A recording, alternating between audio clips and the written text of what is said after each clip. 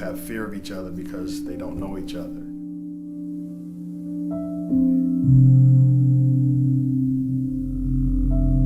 Everything is working against people of color having equity in how we're portrayed.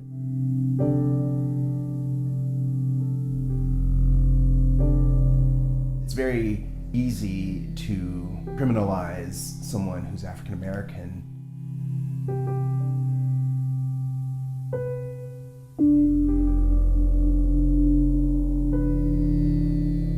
People need to understand that my race is more than just the stereotypes that they see on TV. In order to be proud, you have to feel that from the inside out, not the outside in.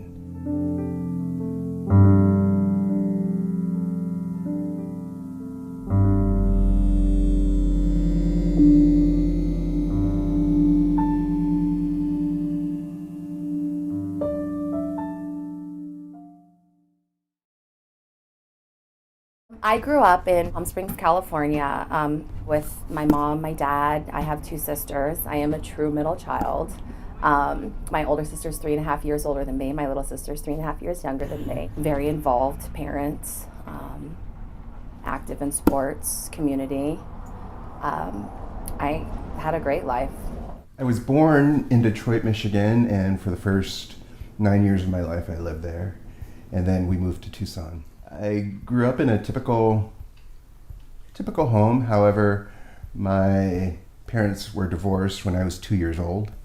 I did well in school, did extracurricular activities. Instead of taking a summer break after high school, I went straight into college, went my first semester and second semester, and then I quit school for about 6 years before I went back to finish. And then I ended up getting my degree in 1999 in sociology. My minor was African American Studies. I was born in Phoenix, Arizona. Grew up in Tucson. Matriculated through school in Tucson, Arizona. Started out college, University of Arizona. Then went to Langston University, historical black college and university in Oklahoma. Did most of my career, the big portion of my career in education out there.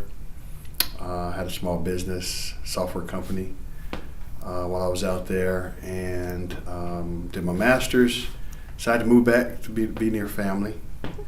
Get back to the local community. So I've been back in Tucson 16 years now, 15, 16 years. I'm Candace Manriquez-Ren with a look at today's headlines. I was born in Texas, born and raised in Texas, born in Galveston, raised in Dallas. Anybody who knows anything about my childhood would say I lived in a house with domestic violence. I grew up in a house with domestic violence. But despite that, I don't feel like I grew up with a lot of adversity. And maybe that's because economically we were very solidly middle class. And so, I always had the things that I needed and a lot of the things that I wanted. I was always a good student. I was in honors classes. I went to a magnet school in middle school. I got a bachelor's degree in journalism, and I walked across the stage with at that time, my 3-year-old boy and my 6-month-old daughter.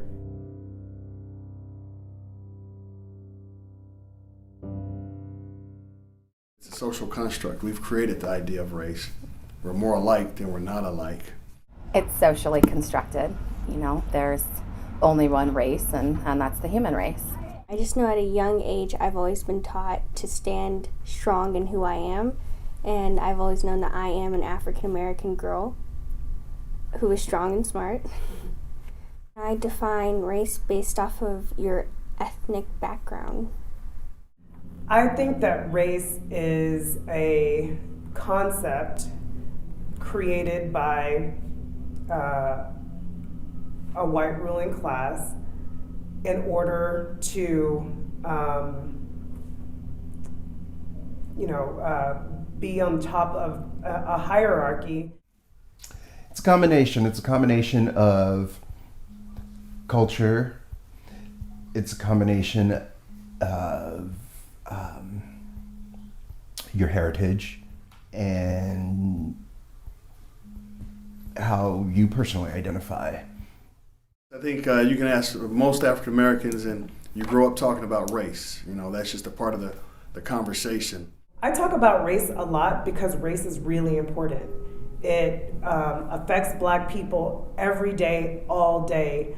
Whether it's I'm gonna treat you in a bad way, I'm not gonna respect you, or whether it's like I'm gonna hire you because we need more Black faces around here. So either way, it's being Black is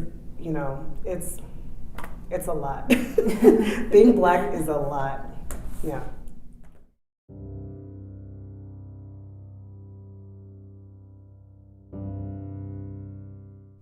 So we're still portrayed in more negative ways than positive ways. On TV, they represent African Americans as thugs, Lazy, Single mothers, Gangsters. hood rats, drug dealer, angry Black women, trying to get over on the government, women hungry, young boys who are fatherless. looking for a come up. In prison. criminal.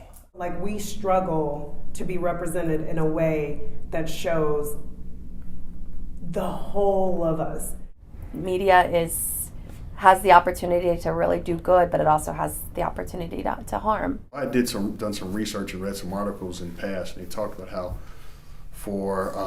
our African American men are portrayed in movies, and they talk about specifically how our African American females are portrayed. Women are portrayed as the Jezebel, the angry Black woman, or the ancient mama. Two people commit the same exact crime, okay? And yet it's an African American and it's thug commits this crime. I mean, from news media, so often when there's a white perpetrator of a crime, we will see his yearbook photo, or we will see, some photo from their childhood, versus, a Black person, you're automatically getting a mugshot. But sometimes, even if the Black person is the victim of a crime, we will get some type of photo that makes them seem like they're the person who perpetrated the crime, whether it's a mugshot from their past, or it's like an Instagram photo where they were maybe flashing money or flashing weed or something like that, even when they're the victim. In some of the books that we read in school, it comes up. My children experienced the same thing I experienced, so we had this conversation about race. When you read a book like Huckleberry Finn, or some of the other books, and the number of N-words in this classic literature, which is a form of media, it continues to put down a group of individuals. So every time that word is called, the N-word, kids will look back at my children. They're 4 years apart, but they both have experienced the same thing as many other Africans have experienced.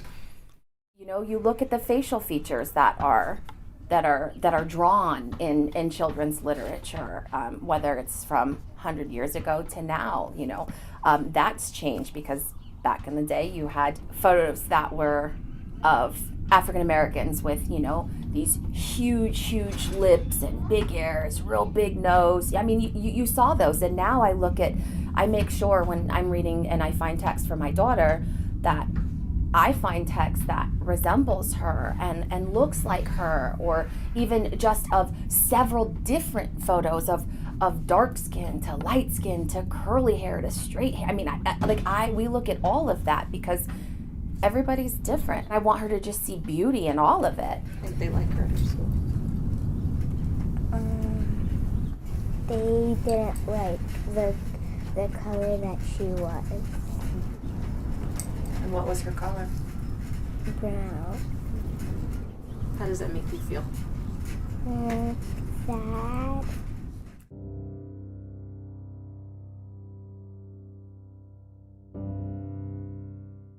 As a kid,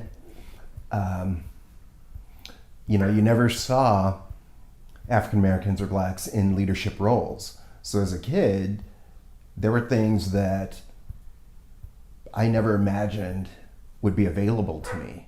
And so that media has a big part in how our kids grow up and see themselves, especially if they don't have the role models in their lives to help them define who they are and process and talk through what they're seeing on TV as opposed to what they're seeing real life in front of them.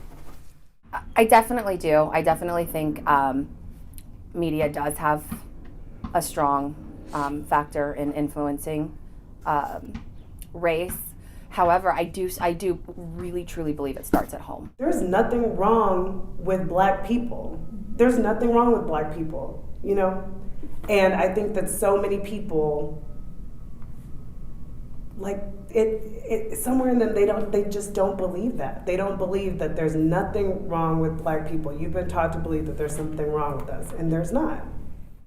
In your opinion, do you think the majority of black people feel proud to identify as black based on what they see in TV or in media, news media, any type of media? I think they should. I don't know necessarily if they do, because of what we see on TV. It kind of puts us down and breaks our spirit. But yeah, I don't have anything You think else you to should be proud? Yeah, I think we should be proud. I can't really speak for other people though. And what about you? Do you think, are you proud? Yeah. It's something that I'm taught and that I feel within myself. I mean, some movies and TV shows make me feel proud, but most of the time, not really.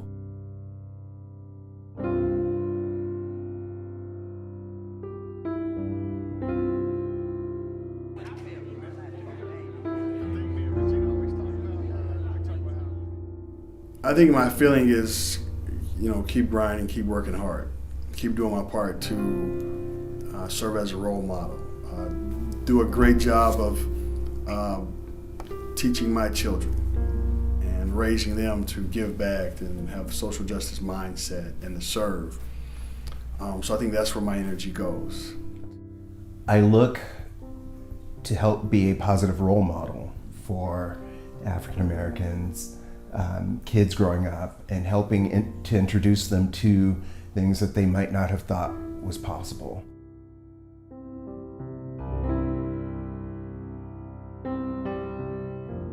Hire more black people behind the scenes. So if you want to see black people cast, then you got to have black people casting black people. I think what we need to do is just make sure that we don't fit into the stereotypes and make sure nobody could identify us by a stereotype. So basically do what we need to do in order so that nobody gives us, or so that we don't give them a reason to stereotype us. And how do you think we do that? By getting good grades in school, applying ourselves, and then acting in the best possible way we can.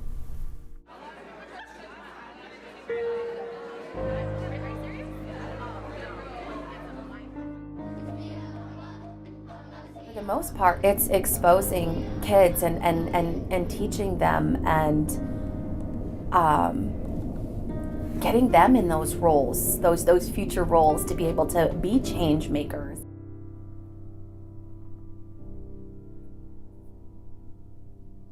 Not only is there nothing wrong with being black is an amazing experience. As it constantly evolves, I think it's up to each individual to contribute to that positive view of African Americans in our society and in media.